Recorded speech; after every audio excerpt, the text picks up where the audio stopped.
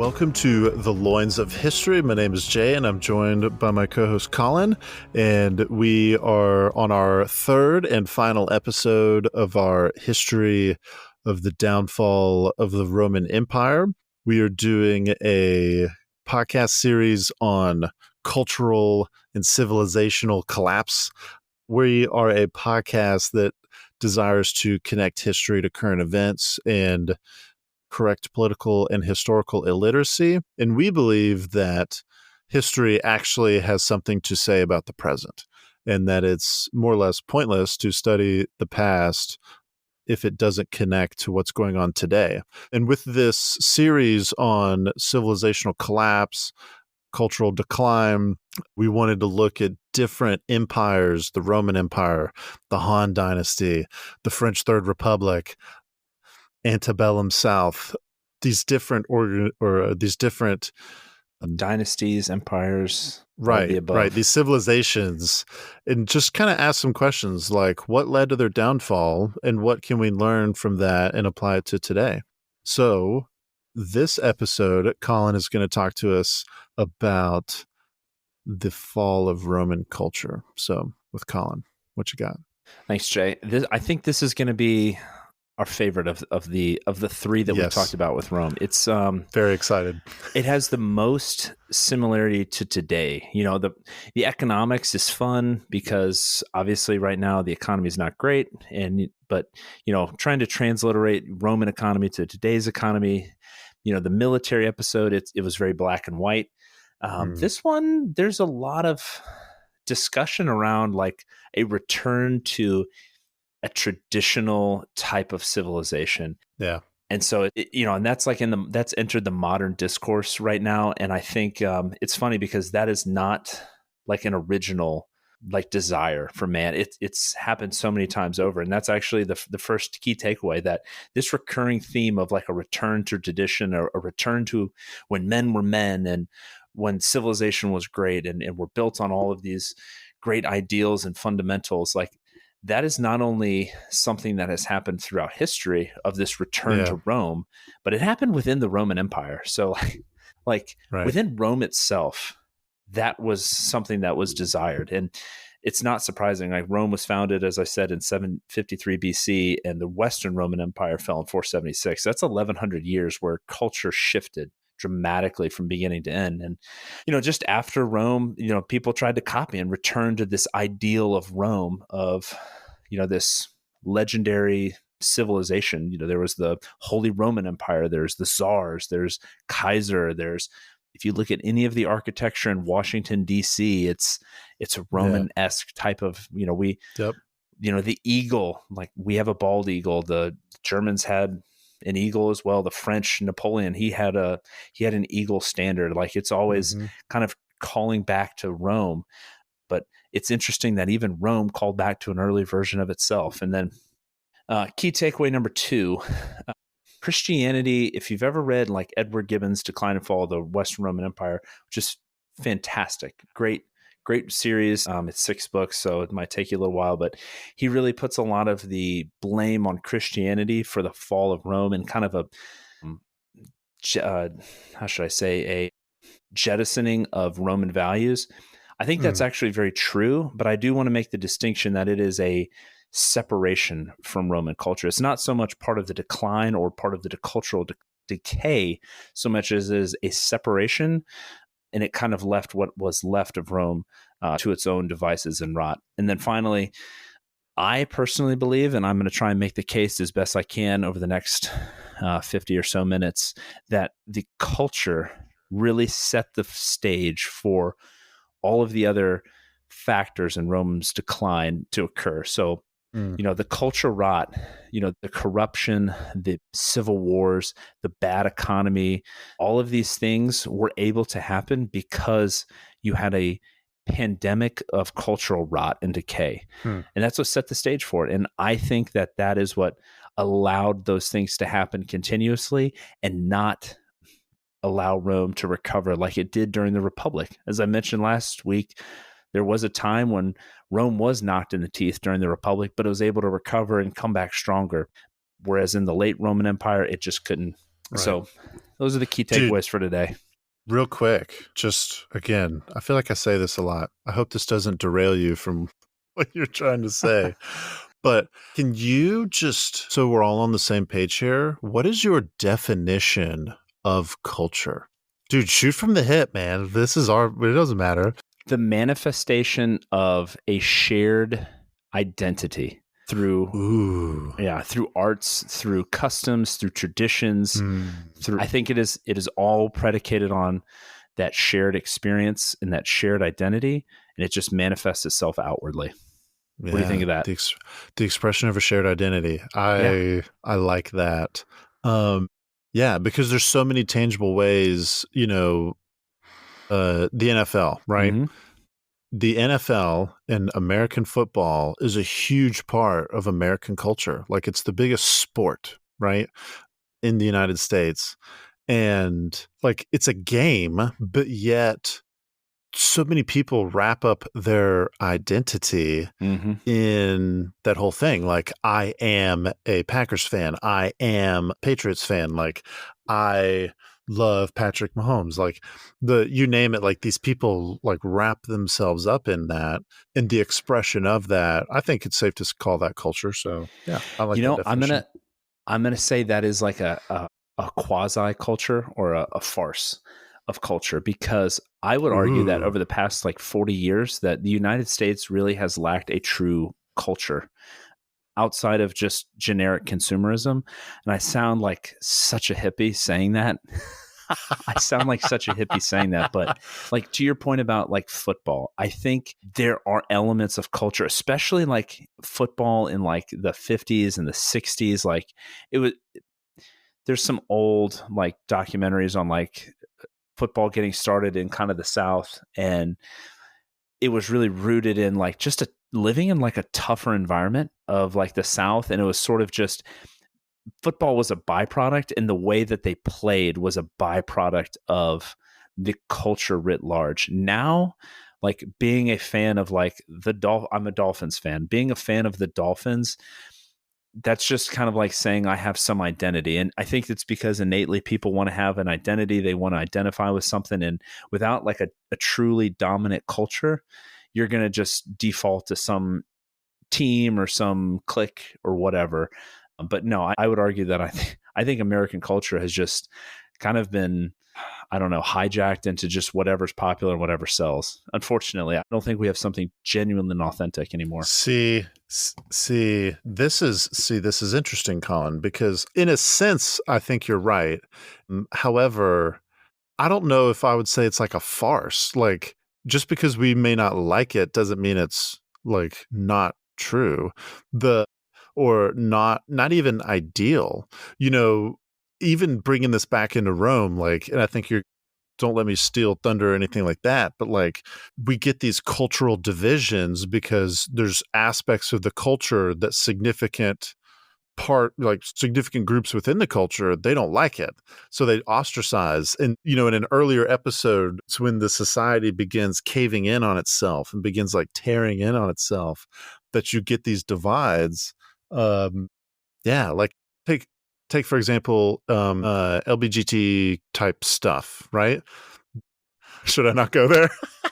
I know. I think I can go there in a helpful way. Like it's not a surprise that like you will find two different categories of people at least who are extremely pro LGBT and then extremely anti LGBT, right? If you were to ask like which one was culture and which one was anti-culture, like you would get opposite answers. You know what I mean? So it's like that's an example of where like it's part of the culture that either side disagrees with. And like, again, I think this is applicable when you see the Romans were actually doing this exact same thing.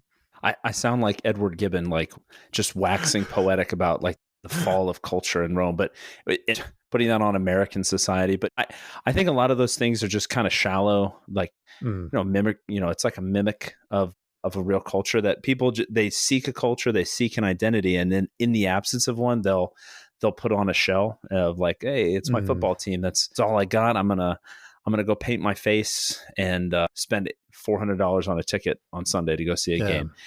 And maybe I'm being harsh, but I think those things should be byproducts of a culture writ large. And I think in many ways they used to be, and we have lost sight of that and are now treating them as culture themselves versus a byproduct of a overarching culture. So that's just Colin, my take. It's because we both are from states that don't have good football teams. That's why you're saying that. I don't know what you're talking about. I'm in SEC country. Talk about culture right there. SEC country? SEC. SEC? Wait, SEC team in your state won the national championship? Well, the ACC team did. Yeah, exactly. That's right, ladies and gentlemen. The SEC's team in Collins State here hasn't done jack. It's the ACC team that won a couple national championships, but we digress. So you got me fired up on something I shouldn't have been fired up on. Anyway. Well, back to Rome. Relaying this all to Rome and the cultural decline of Rome. Bringing it back to Rome here. As we do. We like to have fun. As I said, there's this discussion even internally to Rome of like, what do we need to return to tradition, and what exactly is that? So you can kind of divide Rome.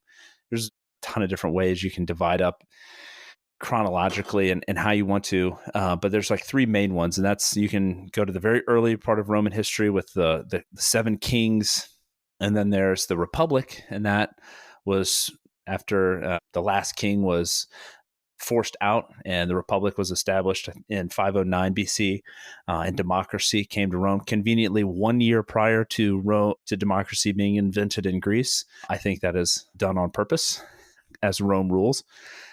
And then it transitions from the Roman Republic to the Imperial Rome. Yeah, Rome tends to do that a lot. I'm going to get into that.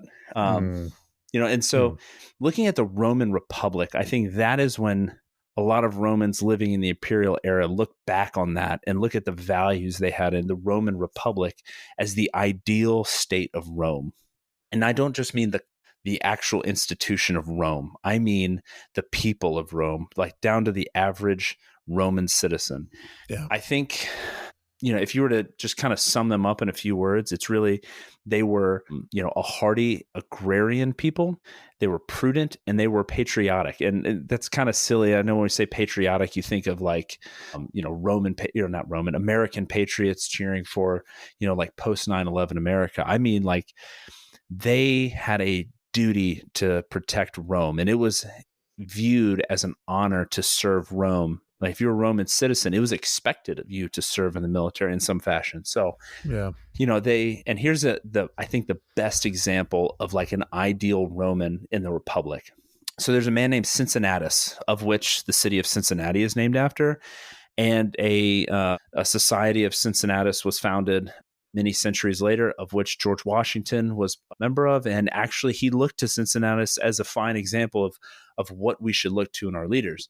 Cincinnatus was a patrician. So we haven't really gone over the patricians versus plebes, but the patricians were like the aristocracy. They could trace their lineage back to the first Roman senators, post kings of Rome. And the plebes were just everybody else. So he was a patrician, but he lived a simple life. He was but a humble farmer who lived on the outskirts of the city of Rome. And due to his noble birth and general talent that he had, he was called upon to become a dictator, twice actually.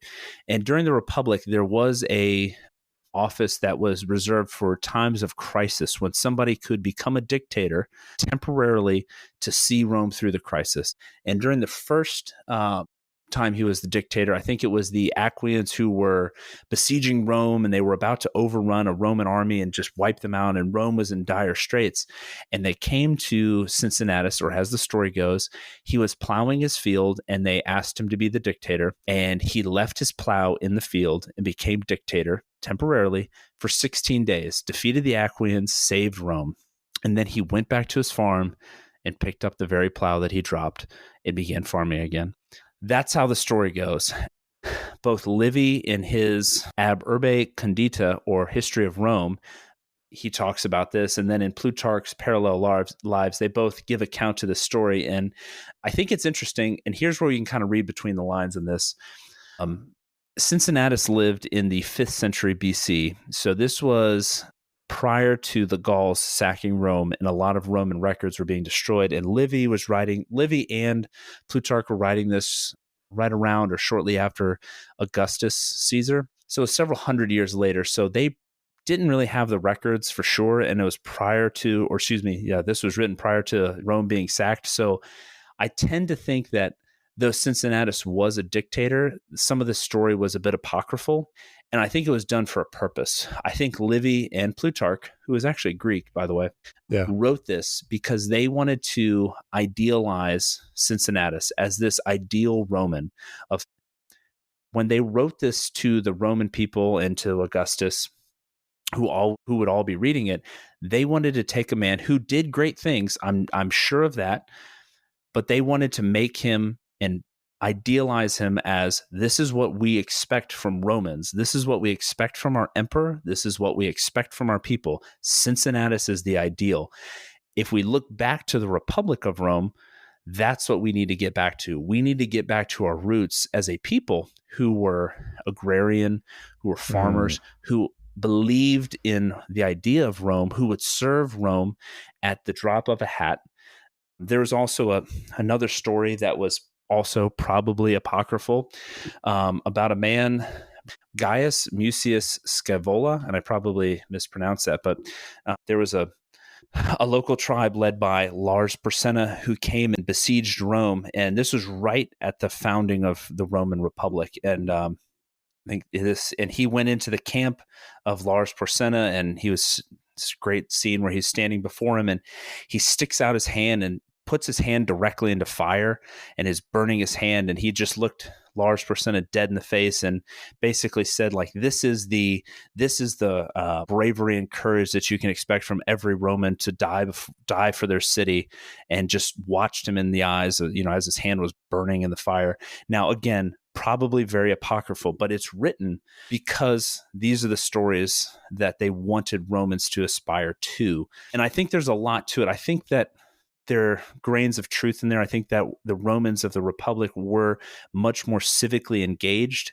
They were much more frugal. Like there were no bread and circuses, or they were done at a much smaller scale. They were much more responsible fiscally, even at a personal level. They did not, the idea of these like Roman orgies and parties and all these things like that was foreign to them at the time. And it would have actually disgusted them, even their leaders. So that was kind of what was going on during the Republic era.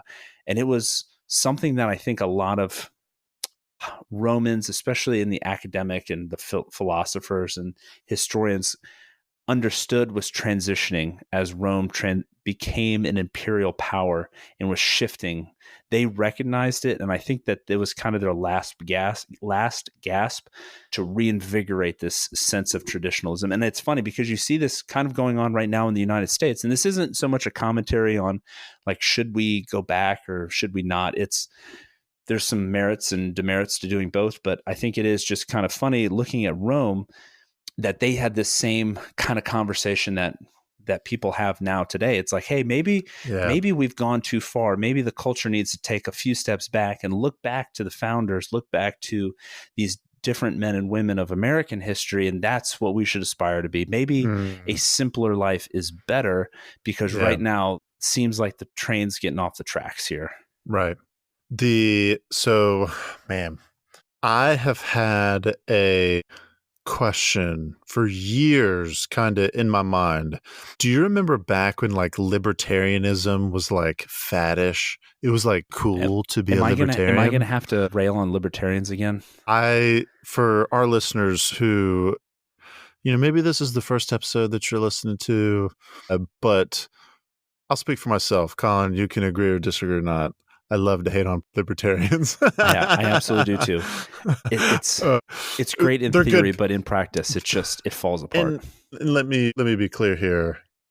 I love to hate on libertarians from a like friendly. I consider them friends. They're like little brothers. Yeah, that's a good way to put it.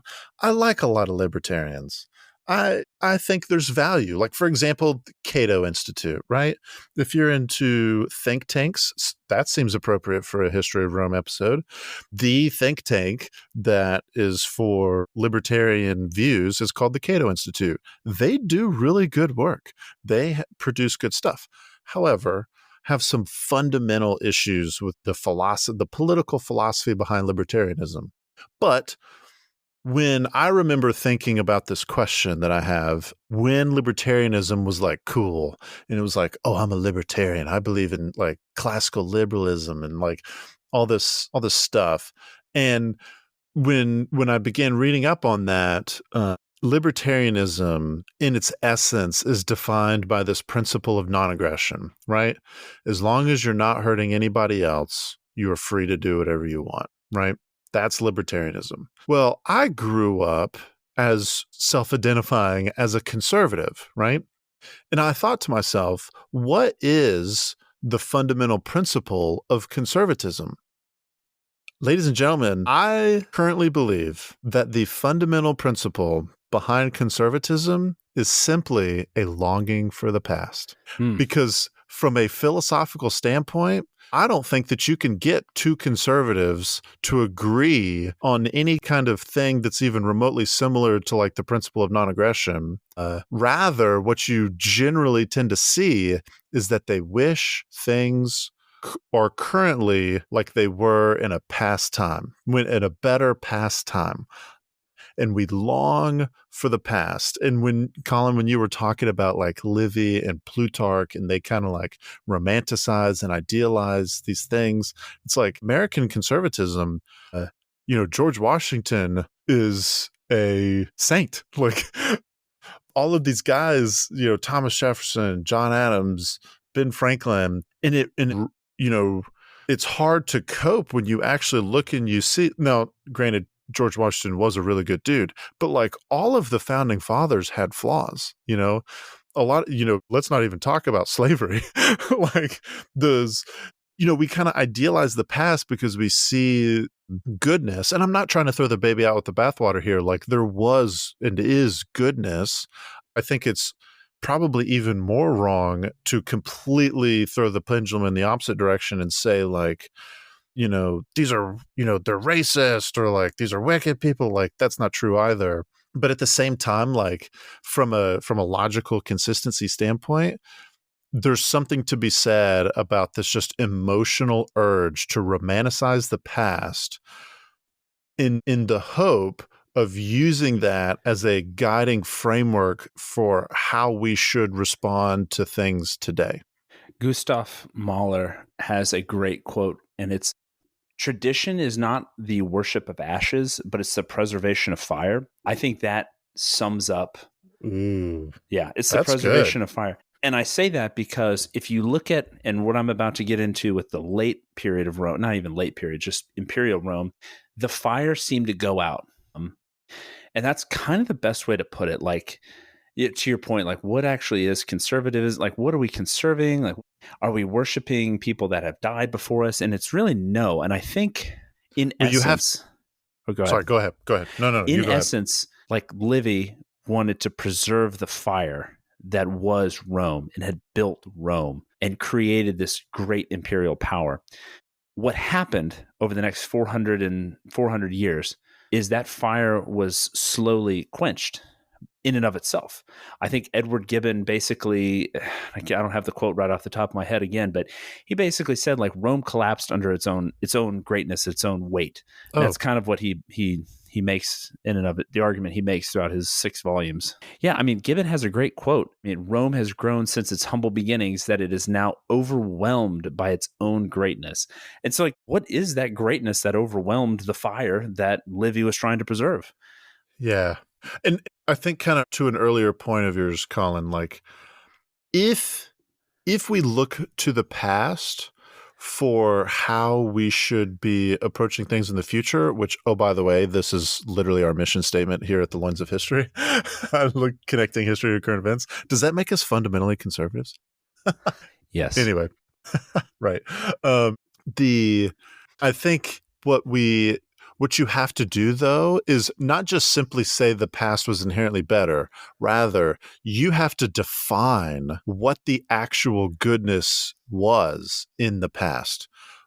Was there some, the Romans were all about virtue, right? And there was this, which they stole from the Greeks, right? Like if you read Aristotle in his Nicomachean Ethics, Aristotle was known for creating what's called a virtue ethics as a systematic way to approach weal and woe, fault and reward. Like, here are good things, here are bad things, and he put it as virtues.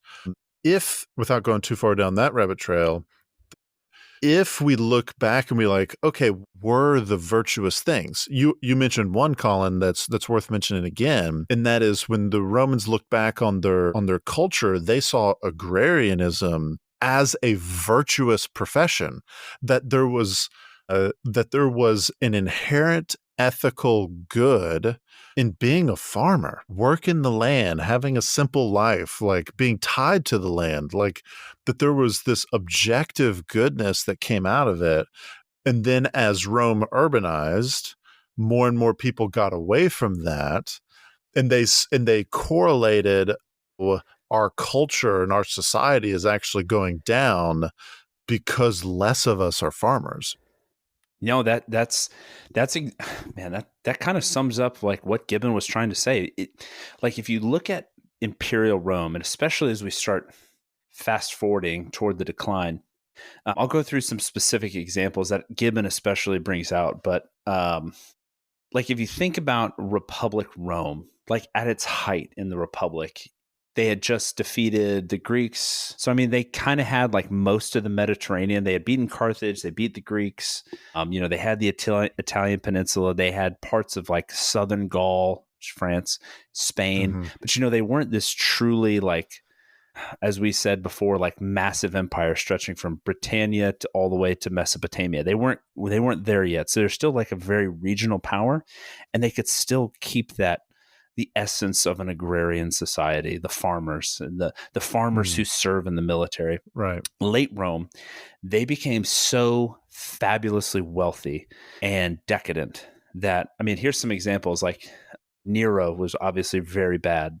Tiberius was another one. Like Roman emperors no longer, like the leaders of Rome were so far removed from that ideal Roman, and that's kind of where it starts. It was like a top-down thing. So like Tiberius, for example, he had like, I can't remember where it was at. I mean, it was basically like a palace. It was like a pleasure palace where he would have like small children swimming around in a pool while he was naked, and he called them his little minnows. It's like that was the kind of thing that like Roman emperors. Yeah, no, you had Caligula marching on Poseidon and trying to go fight the ocean, and I think he made his horse the senator, and Nero was the same way. He had like a pleasure palace, and it started that way, and it just spiraled out of control because they were so fabulously wealthy. So the emperors were doing this, and then the senators, and then everybody who was wealthy in Rome. It kind of sucked all the elite into it. We say the elite, that's a very modern term, but it has modern pejorative connotations, but it applies then too. Yeah. So it started sucking them into it, and then with how big the empire was, it was really hard to truly enforce a lot of these laws. And I just kind of had this thought. People will look at harsh laws and harsh enforcement of laws, and they think that's very barbaric. When in reality, that's just civilized people dealing with barbarians or people that can't be civilized. Like it's a policy decision. Rome got so big, it could no longer effectively manage and police itself. It could no longer police the bureaucracy that it needed to survive. And it kind of became cancerous. So like you would have, I mean, let's talk about the mint. We talked about economics on the first episode and kind of go back to that. We're talking about this corruption, this loss of virtue that they had, this frugal virtue. The mint was responsible for debasing the currency because oftentimes they would just take little shavings off, and they would pocket a lot of the change, and they were responsible for taking a lot of that silver out. So that's why later Roman emperors would have to move the mints closer to Rome so they could keep an eye on. But you could no longer police, because what are you going to do? And then you have other administrative offices who are literally selling the office. They're basically putting it up for bid. We talked about it last week with the Praetorian Guard, or 2 weeks ago, the Praetorian Guard murdering Pertinax, going out and saying, hey, who wants the purple? Highest bidder. Right. And then that guy's killed again. So you just have this cascading effect through the empire where you have now bureaucratic institutions who are responsible for upholding the empire, literally tearing it down because they are siphoning off money from taxes. They are siphoning off money for corruption. They are slowly killing the empire while they are fattening their wallets. This was rampant throughout the Roman Empire. So, I mean, there was sale of offices, there's tax farming, there's bribery and embezzlement going on everywhere. So if you were a wealthy patrician or a wealthy aristocrat, and let's say you lived in Britannia, it wasn't uncommon for you to go and bribe other local officials in order to get more favorable services or rights for your family. And then nepotism kind of really took over. And then if you wanted to go buy off judges, so this on the ability to enforce the laws that was so ingrained in early Romans was no longer really, it didn't really matter because it just came down to who was being bought off and this underlying corruption that eroded the whole system. So when I'm kind of combining 1 and 3, but the key takeaways, but like the economy became bad for a lot of reasons, but it wouldn't have happened so fast. And it would have been, I think, reversible had you had good people in these positions, people that were above corruption, people that were above, breaking the law, because they know that it would A, be enforced fairly, and B, they would never really want to in the first place. You would have Roman emperors who didn't want a pleasure palace, but they would almost rather be in the fields plowing like Cincinnatus. Or, to Diocletian's credit, he gave up being emperor and the head of the tetrarchy and went back and farmed cabbages in the Adriatic. So, he was an exception to the rule. Yeah, good for him. He was an exception to the rule. But, you just had so much corruption everywhere that it became unmanageable. It just set the conditions for poor economics. And then, these corrupt officials, it would create unrest and people would be unruly. And, well, that's just a tinderbox or a powder keg that's ready to go off for civil war. Oh, okay, conditions are really bad here. I hate the administration. Let's make the general the emperor. Let's declare him emperor. We'll go fight somebody. Boom. And it just like that, It happens over and over again. So that's kind of where I make the argument that this loss of virtue, this disconnect to what they were as Romans just laid the groundwork for everything else to occur. That was a bit of a tangent. Yeah, no, it's good. It very much feels like the same is true for the US. Like it feels like our culture has shifted so much, like starting in the 1960s and to today, that we've kind of like sown the seeds of our own destruction. That's what it feels like. I'm not saying that's actually true. We'll go through that on another episode, but yes, to your point, it feels like that exactly. Yeah. And I almost feel like the Romans were also very much aware of this same like kind of slide. And, like we talked about in our first episode, like once there's this inertia that comes with decline that makes it really hard to get out of, even if you're able to recognize what the problems are. Let's put it in today's terms. I mean, how many people trust their government? How many people trust a politician? Like, there used to be approval ratings are usually pretty low, like in the 30. And not only are they low, but if you, just for the listeners out there, go out and just ask people what they think of a politician or what they think of somebody. And it's not even so much like I don't like this person because they voted this way. It's like they would all it's ubiquitous to think of them as corrupt. Yeah. And it crosses the aisle, full spectrum. Everybody, it's ubiquitous that politicians are in the pocket of somebody else, or somebody else is lobbying, and they're all corrupt. That's really like Trump's big campaign. That's how he got in as like an outsider. But, like I used to follow this Twitter handle, is Twitter back then, but they used to follow Nancy Pelosi's trades, and it was insane how much money she was making in the stock market. And you're like, how does a public servant have millions and millions of dollars? How are you at 10,000% when everybody else is, struggling, just Yeah. barely beating the index funds. Because Congress exempts themselves from nearly every law they pass. Interesting that, right? And so there's to your point, like there's just feels this certain cultural decline, and we know it's happening.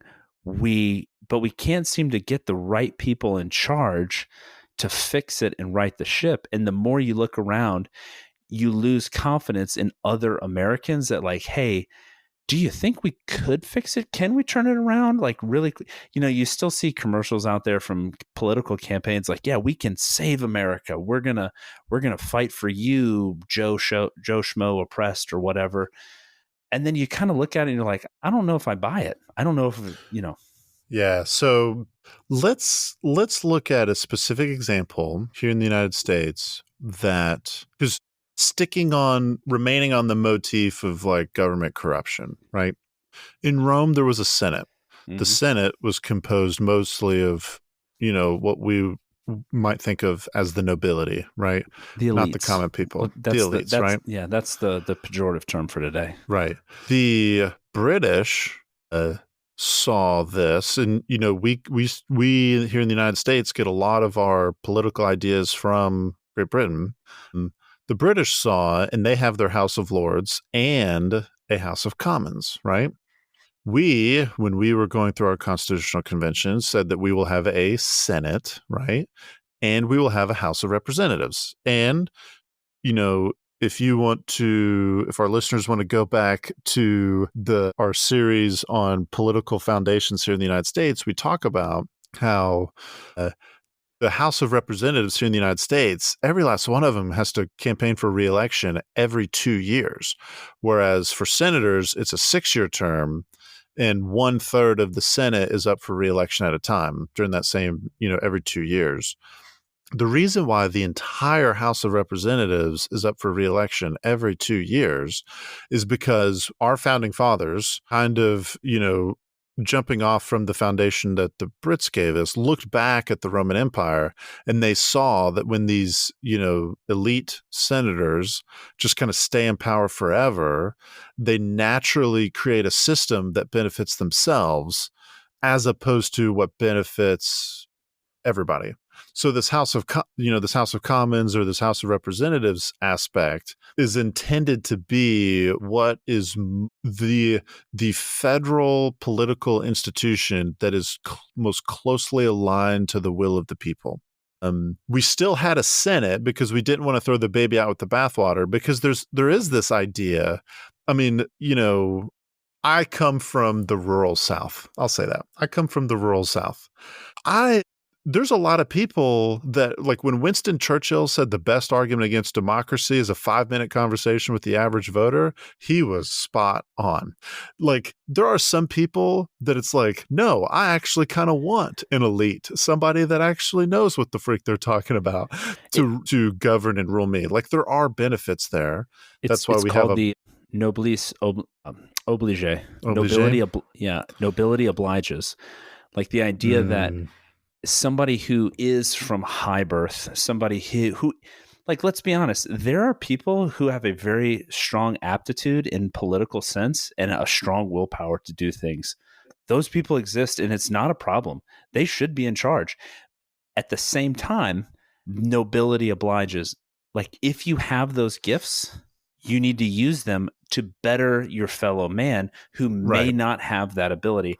And it's what's interesting. It's like within the Roman emperors especially lost sight of this, completely lost sight of it. It became a power grab. And not only just like Roman emperors, but just the Roman bureaucracy in general. So, I mean, there was Roman provincial governors. And then when they decided that provincial governors couldn't take the army either because that was too much power, and they created what was called a dux, which became duke. So dukes actually trace their lineage back to Rome, who were in charge of military affairs. Like, they just lost touch with that kind of thought process of, I am in a high place, but because I'm in a high place, I have an obligation to those that I am in charge of.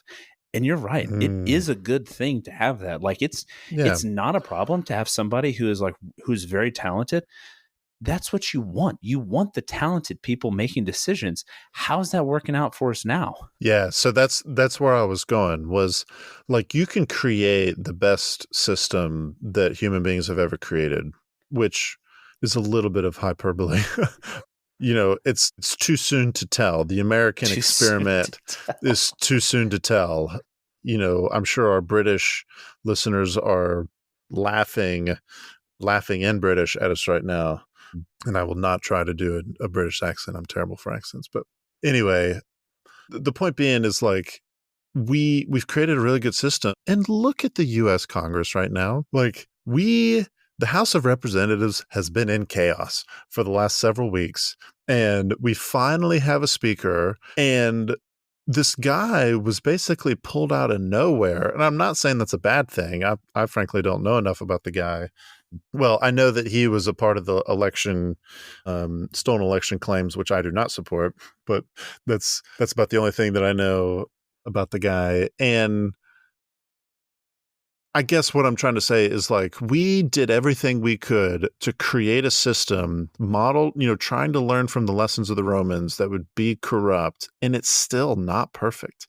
And it's still like going to be and is completely dysfunctional from time to time. And only time will tell if, the recent developments in the House will show that it's going to get any better. And a lot of these people like the Matt Gaetz and the Boberts and the AOCs and the squad people, like you name it, on both sides of the aisle, they show up and they're like, I'm reflecting the will of the people, and they just make things worse. So I say all that to like kind of go back to the earlier comment about like there's this inertia that comes with civilizational decline. And even if you're operating in the right system, and even if you're trying to take the lessons that you learned from the Romans, it's really, really hard to get back to, okay, here's how we actually fix these problems. Here's how we address the corruption, etc. I'm going to do a pop culture reference. So, and this movie has nothing to do with what we're talking about, but in the movie, The Big Short, which is a fantastic movie. So good. Great movie. There's a scene like right before the Great Recession like truly kicks off. And I think they had just gone to Vegas. And, it's a scene where Steve Carell's like, he's on the phone. He's like, there's a bubble or, whatever. And he's talking, they kind of figure out that like, there's a bubble, it's about to burst. And like, they're calling everybody out and they're trying to raise awareness out of it. And some other people are there to make money. But like, there's a scene where it kind of slows down and it shows like everybody dancing and having a good time. And then like the next scene, it's like, oh, and Bear Stearns just went bankrupt. Lehman Brothers just went bankrupt. Everybody lost billions of dollars. I kind of think if you were to superimpose that scene over Rome, and you're talking about this inertia, that's kind of how you have to see it, especially from a culture standpoint. Like you have all of these great emperors, and I should say like there were good emperors during the imperial era. There were who did have the nobility obliges like Trajan, Nerva, Marcus Aurelius, Diocletian, Constantine. But there became an inertia underneath those good emperors that was almost undetectable until it was too late. And I think that's the part of the problem is most people are not willing to do any kind of self-reflection and see it. The Romans didn't, because by the time it had gotten really bad and things started to truly decline and get out of hand, like in the 3rd century, it was too late. Like, how do you go back and how do you reinvigorate a culture that is lost, that is hundreds of years gone? How do you go back to those people that are bureaucrats in Britannia or, Asia Minor and Egypt? How do you go to them and say, hey, gravy train's over.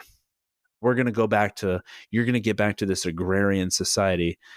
Nope. That's what Pertinax tried to do that. And he got executed really quick. He was assassinated very quickly. So that's what I mean. It's kind of like, it's too late. Once you realize like things are going downhill, like Rome couldn't, I would contend that culturally speaking, Rome didn't have enough fight left in it to save itself as of Marcus Aurelius' death. Constantine was an amazing emperor. He actually, he reunited it, conquered the Tetrarchy. Diocletian kind of saved it. Aurelian was this reunited the three different empires that Rome split into, blah, blah, blah. Great emperors. Aetius defeated the Huns 20 years prior, but they couldn't reverse what was already done. Like it was already slipping. And those men were honestly generational talents, like civilizational talents that just happened to line up kind of within the last couple of years. Yeah. Otherwise, it would happen to much sooner. They really just delayed the inevitable at that point. Like once Aetius, it's amazing. So once Aetius was assassinated by Valentinian III, who in like 453, I think, who did it because he was jealous. He thought Aetius was rising too quickly. That was like the last guy that would have saved that guy, that saved his skin and kept the Western Roman Empire in some semblance of order. Like you just defeated the Huns, the greatest threat you're going to face. The one guy who could kind of keep the peninsula together and maybe parts of Gaul, you just assassinated. And then you yourself get assassinated. Like he did it because he was jealous and wanted power. He did it and then he got assassinated. If he had just had any foresight, any calling to a greater Rome to rebuild, he wouldn't have done it. But he didn't have that. Most of these emperors in late stage Rome, they just lacked that. They lacked the foresight and the unselfishness that it would take. And so did the Roman people. They were having a good time. It's interesting. I did read that it was like almost 550 AD that the last event at the Colosseum or the Hippodrome occurred in Rome. So even like 80 years after the fall of the Western Roman Empire, they were still keeping people entertained in the Colosseum. Wow. Like that's how, numbed these people were to what was going on. So I forget exactly what you just said that made me think of this. Maybe in the editing, you'll hear me gasp because that was when it occurred to me. But I really like your much earlier comment about how I'm going to butcher it, but it's like, it's not about, it was like tradition is not about preserving or not about worshiping ashes. It's about preserving a fire type deal. I think that if conservatives today want to actually do the right thing, the focus should not be preserving the fire. It should be build a new fire. Build the fire bigger. Right. Well, no, I specifically mean build a new fire. As a posture, as an intent, as take the lessons learned. That's why we're here at the Loins of History. Take the lessons learned. You have to create something new. If you're not creating something new, you are already fighting a losing battle. And the United States is a perfect example of this. Our founding fathers, when they drafted the Declaration of Independence, they didn't recreate an older version of British Parliament and have a monarchy. They created something completely new. And it was way better. If I may be so bold, it was way better. I'm leaving that in. That's not getting edited out. It's late at night, folks. It was way better than anything the Brits had come up with. And if the Brits disagree with me, I would just say, what's your GDP? And come at me when you got that stuff for me. Your country went from a quarter of the world to smaller than Georgia. We love our Brits. Anyway, gosh, I can't wait to hear all the hate and discontent that we get from that. Anyway, it's like they had to create something new. I think if conservatives here in America, we should not cede the ground of the future to progressives. Progressives are all about they come from this Marxist view of the inevitable march of history is towards the workers' revolution. That's the socialist bent. But a lot of progressives come from that background where they're hyper-focused on the future, and they're explicitly trying to tear down what was in the past. conservatives are automatically fighting a losing battle. We're never going to get the past back. Rather, we should be, like you were saying earlier, or what we were talking about earlier, we have to focus on the good things, like the things that were successful in the past, whether that's from a religious standpoint or just from a, objective, like, no, this is a good way of doing politics or a good way of doing business or something like that. And we have to take those things and create something new. That, for the culture warriors out there, I think that's the way that, that's the framework that we have to go if we actually want to do something good. I tend to agree with that, but keeping it on the theme of Rome, connecting what you're saying, like speaking of creating something new. Rome didn't do that, which is why they fell. Rome didn't do that, yes, but somebody did. So within Rome, and I mentioned this is a key takeaway too, Gibbon blames like Christianity, and it's not like I don't think he truly hated Christianity, but he blamed them. And I want to add some context to that. So part of the reason he like puts the blame on Christianity for the fall of Rome was it pulled Christians out of this, as he would say, like a traditional Roman culture of like, serving in the military and like worshiping their ancestors and or paying homage to their ancestors and their gods and like being Romans first, like putting Rome above all else, whereas they worshiped God above everything else. And that was like very foreign to them. As a matter of fact, Romans in the early church, and this is the thing like that gets me when people talk about like Western history and like Christianity being oppressive, like when Christianity spread in Rome, it was the religion of women and slaves.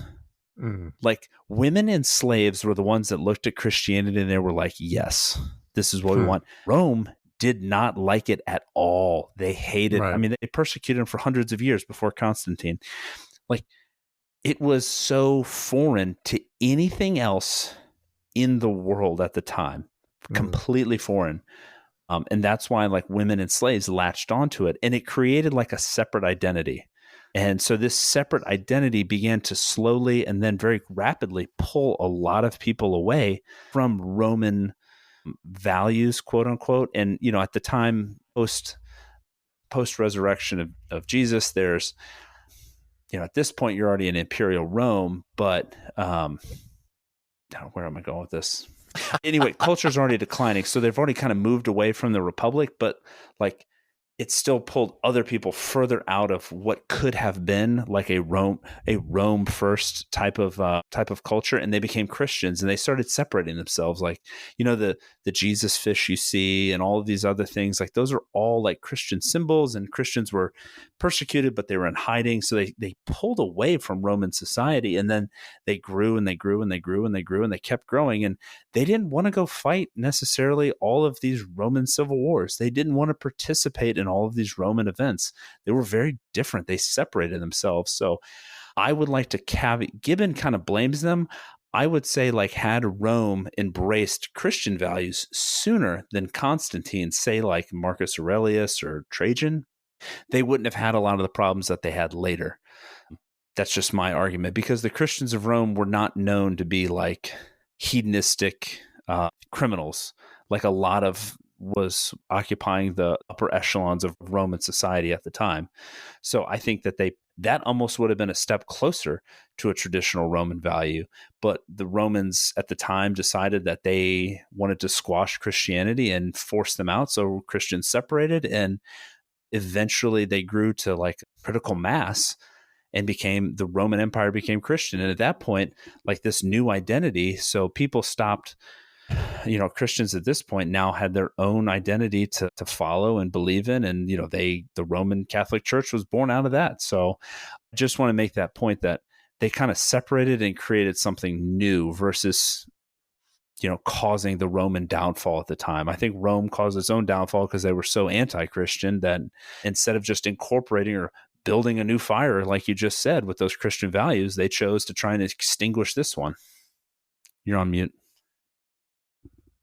They tried to cling on. They tried to cling on. They tried to cling on. Yeah. They tried to cling. They tried to cling on to something that they thought was good.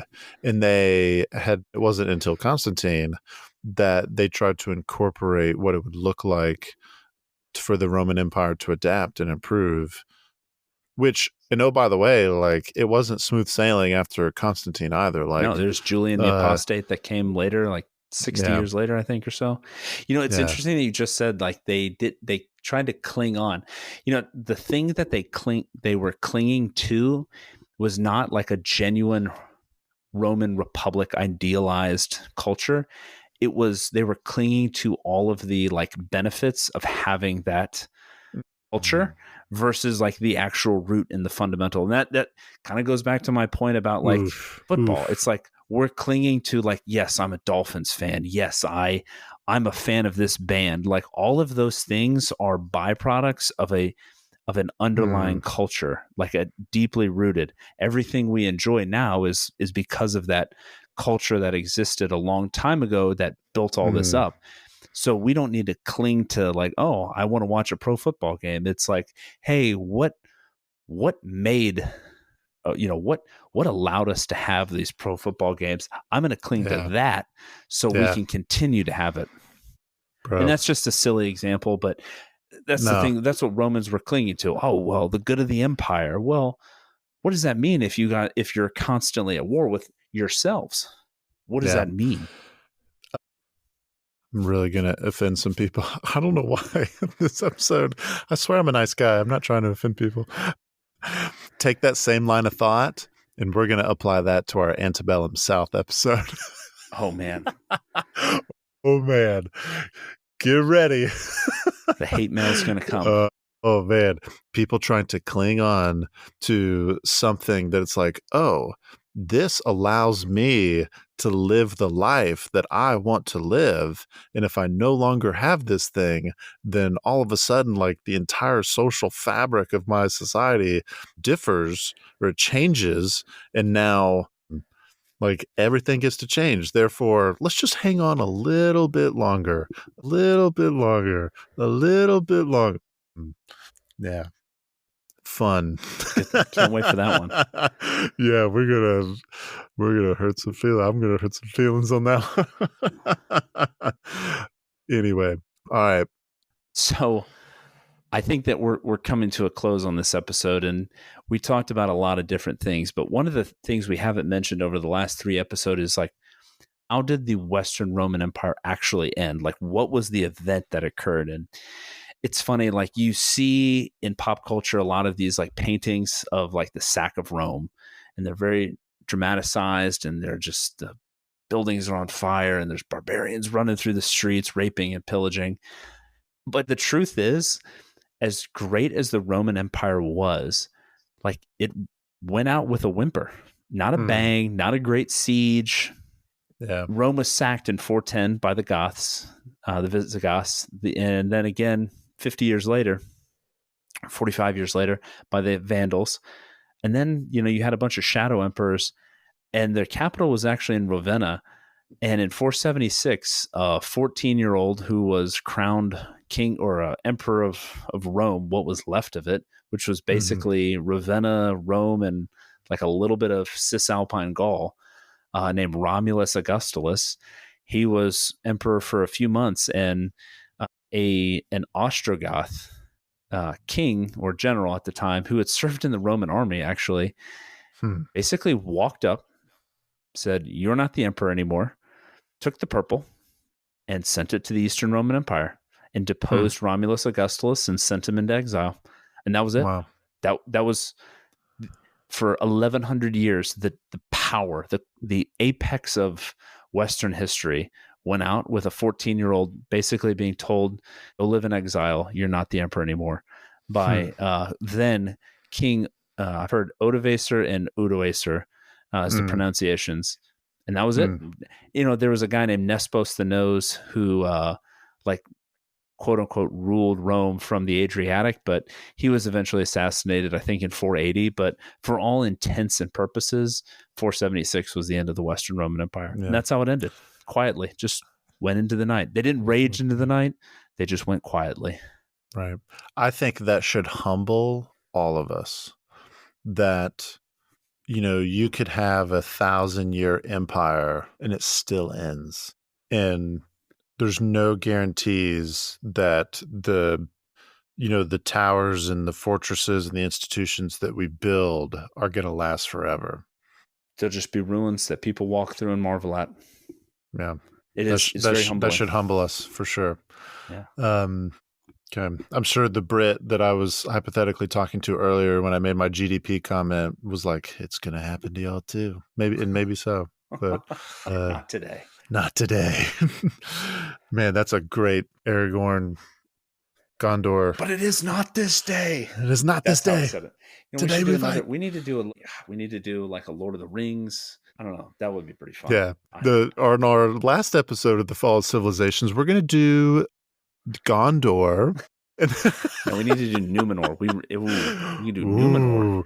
Dude, I can't wait till Rings of Power comes back out. Why? Whoever made the decision to do like a 2-year gap between seasons 1 and 2, I hate you. Yeah, I don't know. You're the only Tolkien fan that is probably excited about that. That's not true. It is so much better than what people give it. That's it. We're doing a watch along series for the Rings of Power, because it'll be extremely contentious. Yeah. I will say your Lord of the Rings knowledge is infinitely superior to mine, so it will not be a fair fight. However, I can't enjoy it anymore.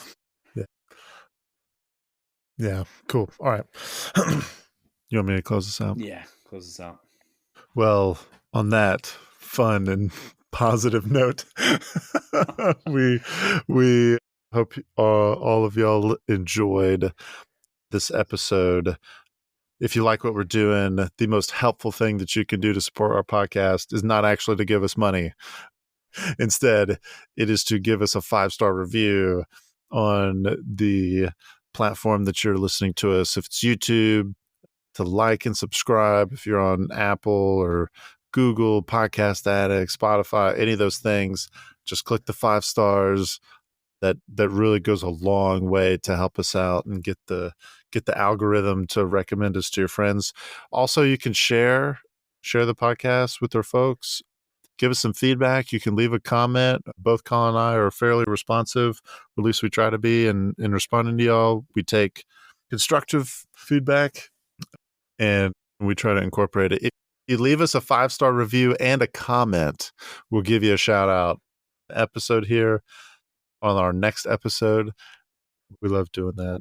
For those of y'all that are doing it, you can follow us. We're on Instagram, Facebook, X. You can follow us and get the latest updates on there. And with that, look forward to next week starting our Fall of the Han Dynasty little series. We'll talk about a completely different culture, but roughly around the same time as the Roman Empire, and see what happened with them. So with that, we will see y'all next week on the Loins of History.